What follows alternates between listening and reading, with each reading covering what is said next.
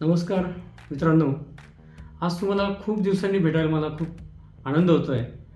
आणि आजचा आपला विषय आहे कर्तव्य का परोपकार. म्हणजे परोपकार पण तितकाच महत्त्वाचा आहे आणि कर्तव्य पण तितकंच महत्त्वाचं आहे.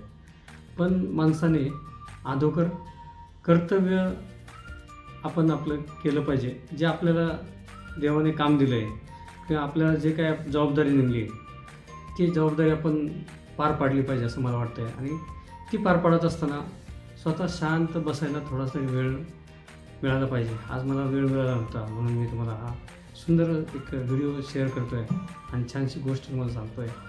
ती गोष्ट आहे एका जो जहाजाला दिवा दाखवतो, दीपगृह म्हणत. पूर्वीच्या काळी जी जहाजं समुद्रातून प्रवास करायची त्यांना लाईट दाखवणाऱ्या माणसाची ही गोष्ट होती.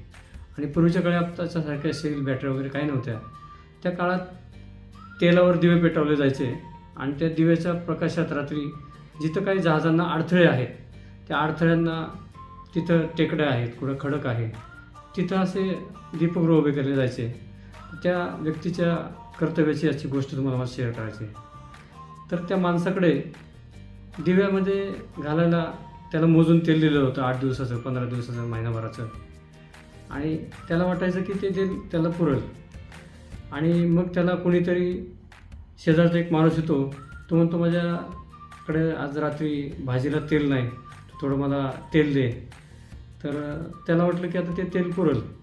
त्यांनी हा विचार केला नाही की उद्या माझं संपणार आहे आणि त्याच्यामुळं माझं कामावर त्याचा परिणाम होईल, माझ्या ड्युटीवर परिणाम होईल. मला जिथं कर्तव्य दिलं आहे दिवा लावायचं आहे त्याला त्याच्या कर्तव्याचा विसर पडला आणि त्यांनी ते तेल त्या शेजारच्या माणसाला दिलं. परत दुसरा दिवस उगवतो आणि दुसरा दिवस उगवल्यानंतर परत तो माणूस अजून कोणीतरी एक शेजारची व्यक्ती येते आणि म्हणते, मला थोडंसं तेल दे, माझ्या दिव्याला आज तेल नाही. तर त्यांनी खरं त्यांना नाही म्हणायला पाहिजे होतं, पण तो त्याला नाही म्हणू शकला. त्यांनी त्याला तेल दिलं. परत तिसरा कोणीतरी शेजारी येतो. तो म्हणतो, माझ्या काहीतरी याच्यासाठी तेल पाहिजे.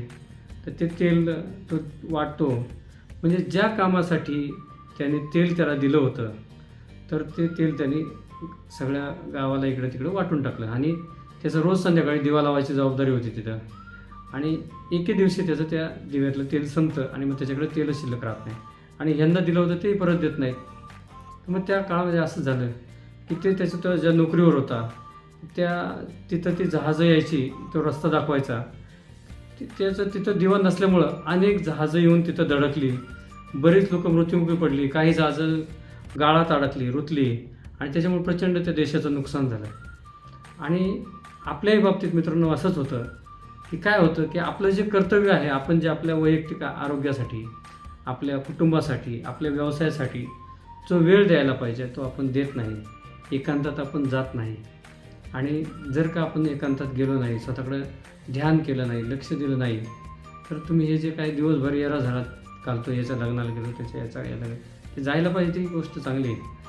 पण आपण आपलं जे कर्तव्य आहे, आपल्या व्यवसायात जी काही कामं करायची ती दररोज लिहून काढली पाहिजे, त्याच्यासाठी वेळ दिला पाहिजे.